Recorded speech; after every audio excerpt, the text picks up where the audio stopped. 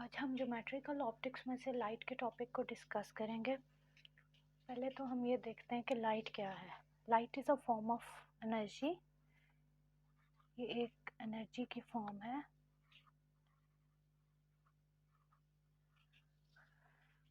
Light is a electromagnetic radiation और light is a transverse wave. Light क्या है? Form of energy है। ये फोटॉन से मिलके बनी होती है, फोटॉन पार्टिकल्स, तो इसीलिए फोटॉन्स को हम कहते हैं पैकेट ऑफ एनर्जी। तो लाइट क्या है? फॉर्म ऑफ एनर्जी है। इसे हम इलेक्ट्रोमैग्नेटिक रेडिएशन कहते हैं। क्यों कहते हैं इलेक्ट्रोमैग्नेटिक रेडिएशन? क्योंकि लाइट को किसी मीडियम की ज़रूरत नहीं पड़ती ट्रैवल करने के लिए एक जगह से दूसरी जगह। बेशक मीडियम ना हो तब भी लाइट ट्रैवल करती है। जैसे सन से अर्थ तक लाइट आती है तो उसके दरमियान में स्पेस है। तो ज़रूरी नहीं है कि एयर हो या कोई मीडियम हो या कोई ग्लास हो, तो उसी पे डिपेंड करती है। कोई भी मीडियम हो या मीडियम ना हो या किसी किस्म का भी मीडियम हो, लाइट जो है वो अपने उसके अकॉर्डिंगली ट्रैवल करती है। Light is a transverse wave. Light क्या है? ट्रांसवर्स वेव है। ट्रांसवर्स वेव कौन सी वेव्स होती हैं? पहले तो है लाइट जो है वो इलेक्ट्रोमैग्नेटिक वेव है, magnetic wave. Then light is a transverse wave. Electromagnetic radiation है और ट्रांसवर्स वेव है। ट्रांसवर्स वेव वो वेव होते हैं जिसमें पार्टिकल जो है वाइब्रेट करते हैं in the direction of propagation of wave.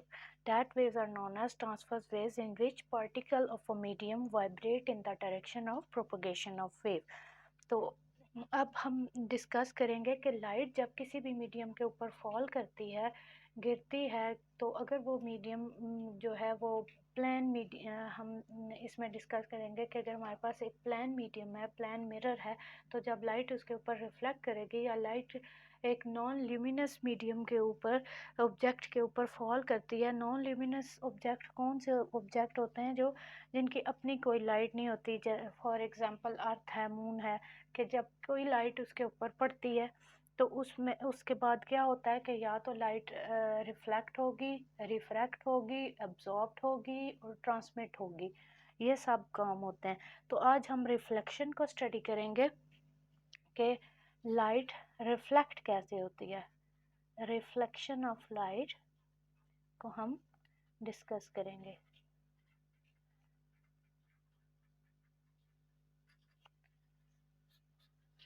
पहले तो हम ये देखते हैं कि रिफ्लेक्शन ऑफ लाइट होता क्या है, इसकी क्या डेफिनेशन है। तो रिफ्लेक्शन का मतलब क्या होता है? अक्स।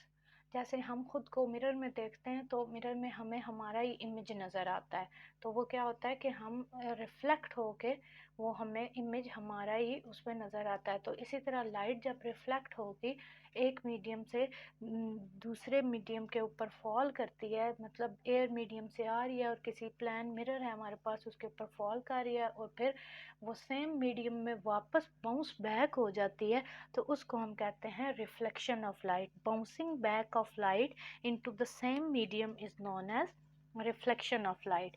रिफ्लेक्शन ऑफ लाइट क्या है? Bouncing back of light into same medium is known as reflection of light. जैसे कि ये हमारे पास एक प्लेन मिरर है और ये पॉलिश्ड मिरर है, तो जितने ज़्यादा ये पॉलिश होगा उतना ही ज़्यादा क्या होगा? लाइट इसको ज़्यादा रिफ्लेक्ट करेगी। तो इसके हमारे पास एक प्लेन मिरर है। अब यहाँ से एक लाइट रे आ रही है लाइट की, ये इसकी डायरेक्शन है, तो ये इस मीडियम के ऊपर, प्लेन मिरर के ऊपर फॉल करेगी इस ऑब्जेक्ट के ऊपर और रिफ्लेक्ट होके वापस उसी मीडियम में वापस जाएगी। तो इसको हम कहते हैं law of reflection. Bouncing back of light into the same medium is known as reflection of light. Understand? अब हम इसमें देखेंगे कि रिफ्लेक्शन ऑफ लाइट में इस रे को क्या कहते हैं, इसको क्या कहते हैं। जो रे आ रही है किसी मीडियम से गुजर के और प्लेन मिरर के ऊपर फॉल कर रही है, इस रे को हम कहेंगे इंसिडेंट रे, और जब ये फॉल करके वापस जा रही है रिफ्लेक्ट होके, तो इसको हम कहेंगे रिफ्लेक्टेड रे। और जहाँ पे ये दोनों रेज आपस में टकरा रहे हैं, यहाँ से हम एक डॉटेड लाइन से नॉर्मल ड्रॉ कर लेंगे।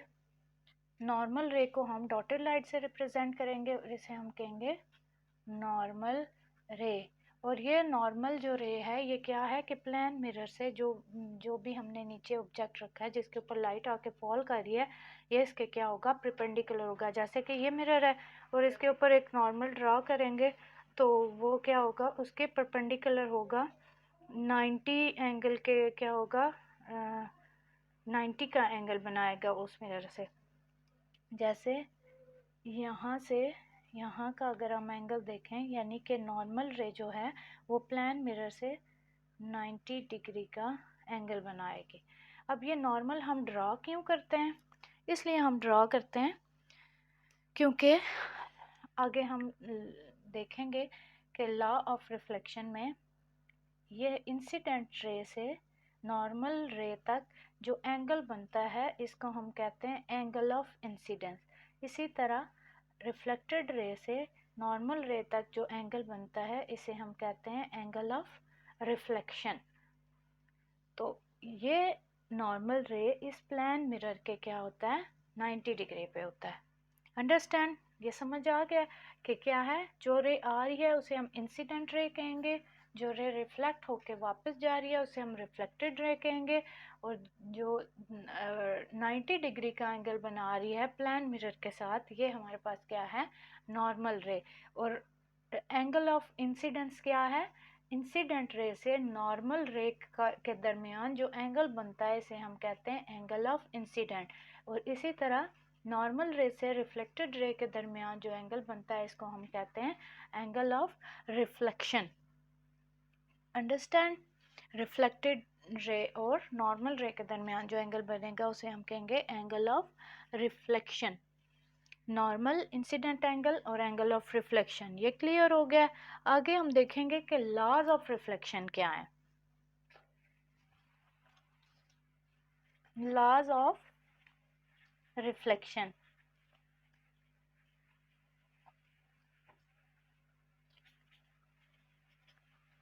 अब दो लॉज ऑफ रिफ्लेक्शन है।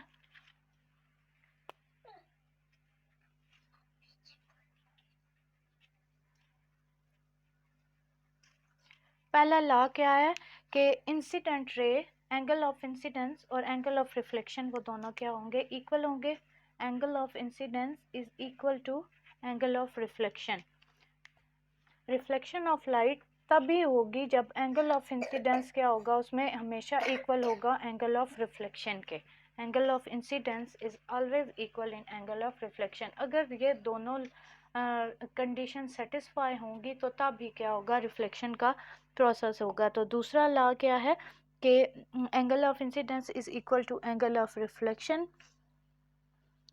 और दूसरा है कि इंसिडेंट रे, रिफ्लेक्टेड रे और नॉर्मल रे, ये तीनों जो हैं वो एक सेम प्लेन के ऊपर लाई करेंगी। Incident ray, reflected ray and normal रे, ये तीनों इस सेम प्लेन के ऊपर क्या कर रही हैं, लाई कर रही होंगी।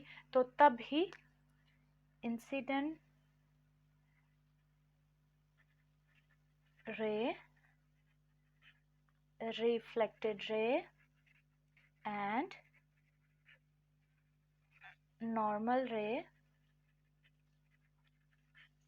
lies on same plane, तो तब ही एंगल ऑफ रिफ्लेक्शन होगा। अंडरस्टैंड? ये दो क्या है, लॉज ऑफ रिफ्लेक्शन। पहला लॉ है कि इंसिडेंट एंगल, रिफ्लेक्टेड एंगल दोनों सेम होंगे। फर्ज करें कि अगर ये 30 डिग्री का है इंसिडेंट एंगल, तो एंगल ऑफ रिफ्लेक्शन भी क्या होगा, 30 का होगा। अगर ये 60 का है तो ये भी 60 का होगा। ये 40 का है तो ये भी 40 का होगा। Angle of incidence and angle of reflection are always same in law of reflection. And second thing is that incident ray, reflected ray and normal ray all lie on the same plane. तो आगे अब हम discuss करते हैं आ जाते हैं हमारे पास types of reflection. Types of reflection.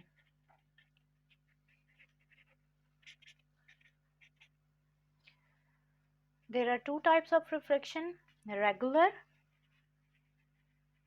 reflection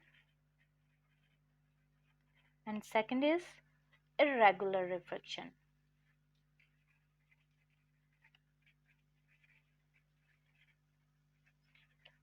First we will discuss regular reflection. Regular reflection क्या है? जैसे कि उसके नाम से भी पता चल रहा है कि रिफ्लेक्शन में क्या होता है कि हमारे पास एक प्लेन सरफेस होती है, ठीक है। तो ये हमारे पास एक रेगुलर रिफ्लेक्शन में क्या होगा, हम एक स्मूथ सरफेस लेंगे, स्मूथ सरफेस होगी। तो जब रे आएगी, इंसिडेंट रे, तो स्मूथ सरफेस के ऊपर फॉल करेगी और ये क्या है, ये रिफ्लेक्ट होकर वापस जाएगी इस तरह। अब दूसरी रे आएगी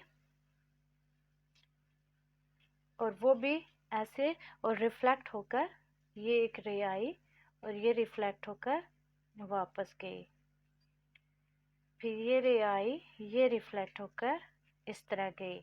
तो ये एक स्मूथ पैटर्न बन रहा है।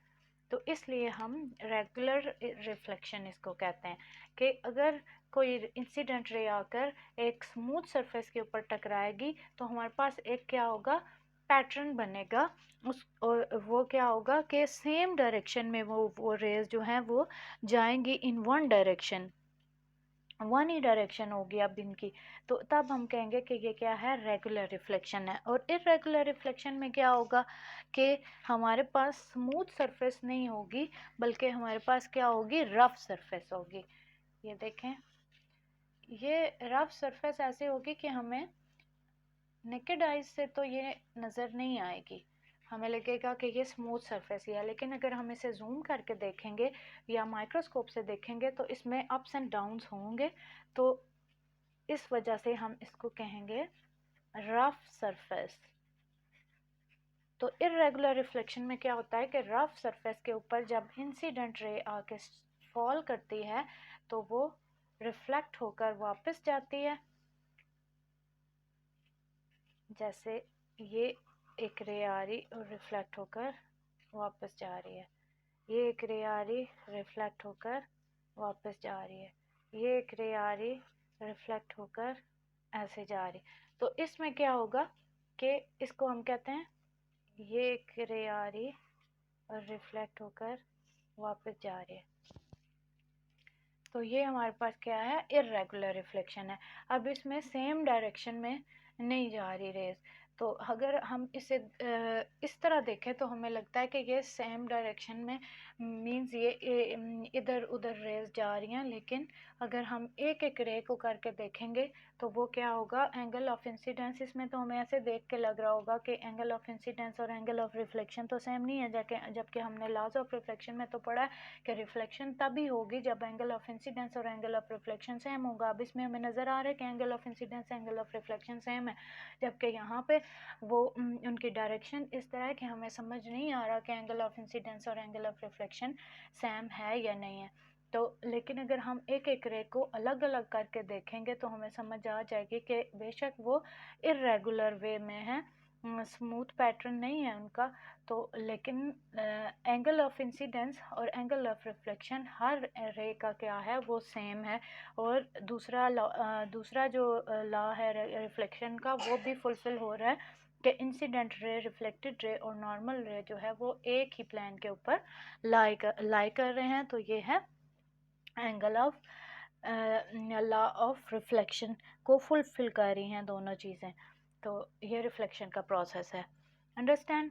हम इसको एक दफ़ा फिर रिवाइज कर देते हैं। लाइट क्या है, फॉर्म ऑफ एनर्जी है। लाइट जो है वो इलेक्ट्रोमैग्नेटिक वेव्स होती हैं, और लाइट जो है वो क्या करती है कि हमें सेंसेशन ऑफ विजन देती है। हम उसके ज़रिए देख सकते हैं, जैसे अगर हम मिरर के आगे खड़े हैं तो हम अंधेरा कर देंगे, कमरे में डोर और विंडोज़ बंद कर देंगे तो हम खुद को मिरर में देख नहीं पाएंगे। क्यों? क्योंकि लाइट नहीं होगी। लाइट हमें विजन देती है, रोशनी देती है। और इसके अलावा हमने डिस्कस किया रिफ्लेक्शन ऑफ लाइट को। इसमें हमने देखा कि रिफ्लेक्शन क्या होती है, bouncing back of light into the same medium. एक मीडियम से लाइट आ रही है और वो एक प्लेन मिरर के ऊपर फॉल करके जब रिफ्लेक्ट होकर वापस जाएगी तो इस प्रोसेस को हम कहेंगे रिफ्लेक्शन ऑफ लाइट। इसमें हमने पढ़ा इंसिडेंट रे, रिफ्लेक्टेड रे और नॉर्मल रे के बारे में। जो रे आ रही है वो इंसिडेंट रे है, वापस जा रही है, रिफ्लेक्टेड रे है। और हमने प्लान मिरर के ऊपर एक नॉर्मल ड्रा किया 90 डिग्री के एंगल पे,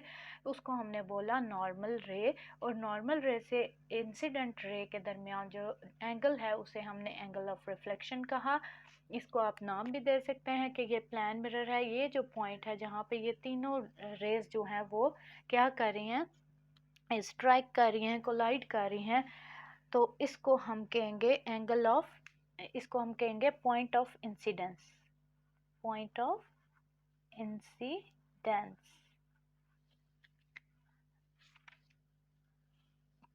और इसके बाद हमने लॉज ऑफ रिफ्लेक्शन डिस्कस किए कि दो लॉज ऑफ रिफ्लेक्शन है। एंगल ऑफ इंसिडेंट हमेशा क्या होगा, एंगल ऑफ रिफ्लेक्शन के बराबर होगा। इंसिडेंट, रिफ्लेक्टेड रे और नॉर्मल रे तीनों क्या करेंगे, सेम प्लेन के ऊपर लाई करेंगे। और फिर हमने टाइप्स ऑफ रिफ्लेक्शन पढ़ी, रेगुलर रिफ्लेक्शन और इरेगुलर रिफ्लेक्शन। रेगुलर रिफ्लेक्शन में क्या होगा, स्मूथ सरफेस के ऊपर आकर रे जो है लाइट की वो स्ट्राइक करेगी और रिफ्लेक्ट बैक होगी और एक स्मूथ पैटर्न देगी। जबकि इरेगुलर रिफ्लेक्शन में क्या होगा कि रफ सरफेस के ऊपर लाइट आके स्ट्राइक करेगी और रिफ्लेक्ट होके हमें एक इरेगुलर पैटर्न देगी। लेकिन उसमें क्या होगा, वो दोनों में टाइप्स ऑफ रिफ्लेक्शन में लॉज ऑफ रिफ्लेक्शन क्या हो रहे हैं, फुलफिल हो रहे हैं। Thank you.